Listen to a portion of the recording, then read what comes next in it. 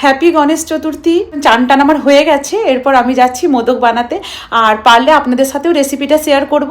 তো চলুন মোদকটা বানানো যায়, খুব ইজি প্রসেসে বানাবো, চলুন আপনাদেরকেও দেখাই। তো দেখুন আমি চলে এসেছি রান্নাঘরে, আর ঠাকুরের ফ্রাইং প্যানটা একটু ধুয়ে নিচ্ছি।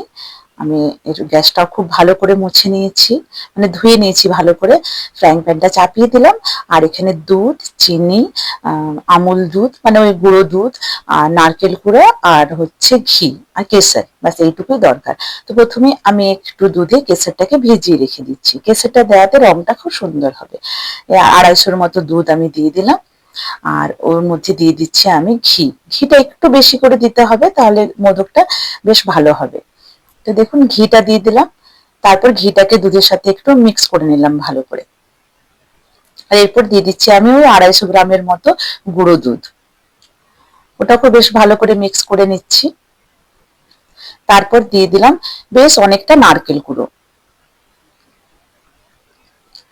নারকেল কুড়াটা দিয়ে বেশ ভালো করে মিক্স করতে হবে। আর আমার কাছে এলাচ গুঁড়ো ছিল না, তাই আমি একটু এলাচ থেতো করে দিয়ে দিলাম। আর নিজের হাতে ঠাকুরকে ভোগ বানিয়ে দেবো, এটা বেশ ভালো লাগছে। তো দেখুন অনেকটাই আমার হয়ে গেছে। এই সময় দিয়ে দিতে হবে চিনিটা।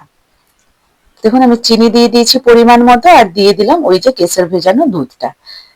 তারপরে আবার ওটাকে বেশ ভালো করে মিলিয়ে নিচ্ছি। দেখুন মিলিয়ে দিলাম, তো অনেকটাই আবার পাতলা হয়ে গেল। এরপর এটাকে আবার নেড়ে নেড়ে নেড়ে একদম শুকিয়ে নিতে হবে। আর আপনারা খুব সহজে একদম এই কয়েকটা উপকরণ দিয়ে 5 থেকে 10 মিনিটের মধ্যে মোদক তৈরি করে নিতে পারবেন। দেখুন শুকিয়ে গেছে, এরপর আমি একটা প্লেটের মধ্যে ঢেলে নিচ্ছি। চলুন এটা ঠান্ডা হোক, ততক্ষণ আমি একটু পুজোর জোগাড়টা করে নিই।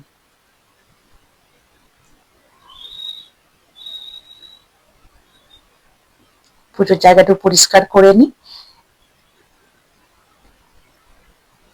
আর আমি ছোট্ট করেই নিজের ঘরে নিজের মতো করে গণেশ পুজো করি।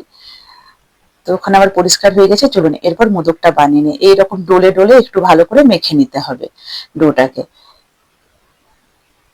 তারপর একটু হাতে ঘি নিয়ে নিলাম।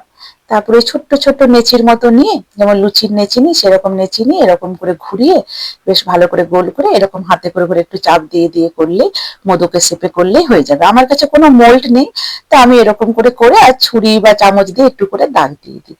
তো দেখুন কি সুন্দর লাগছে, মনেই হচ্ছে না যে এটা দোকানের কেনা মোদক নয়। আর এটার টেস্টও অসম্ভব সুন্দর হয়। চলুন আরেকটা করে দেখিয়ে দিই আপনাদেরকে। দেখুন কত সহজেই হয়ে যাচ্ছে।